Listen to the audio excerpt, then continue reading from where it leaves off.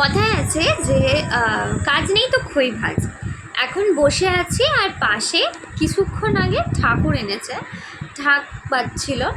তো সেখান থেকে না আমার কথা হট করে একটা জিনিস মাথায় এলো যে যখন আমরা কোথাও বেরোই তখন বড়রা আমাদের বেরোনোর সময় বলে যে দুর্গা দুর্গা দুর্গা দুর্গাটা কেন বলে, কেন মা দুর্গার নামটাই করা হয়।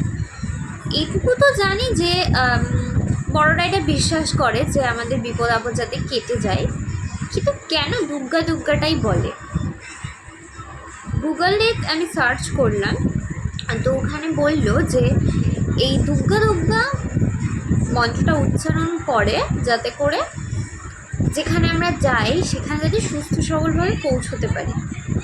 আরও একটা জিনিস, সেটা হচ্ছে মা দুর্গারই একটি রূপ, দুর্গম বা অজেয়, তিনি সকল বাধা অতিক্রম করতে আমাদেরকে সাহায্য। তন্ত্রের মাঝে দেবী দুর্গার কাছে আমাদের যাত্রাপথ যাতে শুভ হয় সেটা চাওয়া হয়, তো আর যাতে করে আমাদের রাস্তাঘাটে চলার পথে কোনো বিপদ আপদের সম্মুখীন হতে না হয়, যার জন্যই দুর্গা দুর্গা কথাটা বলা হয়।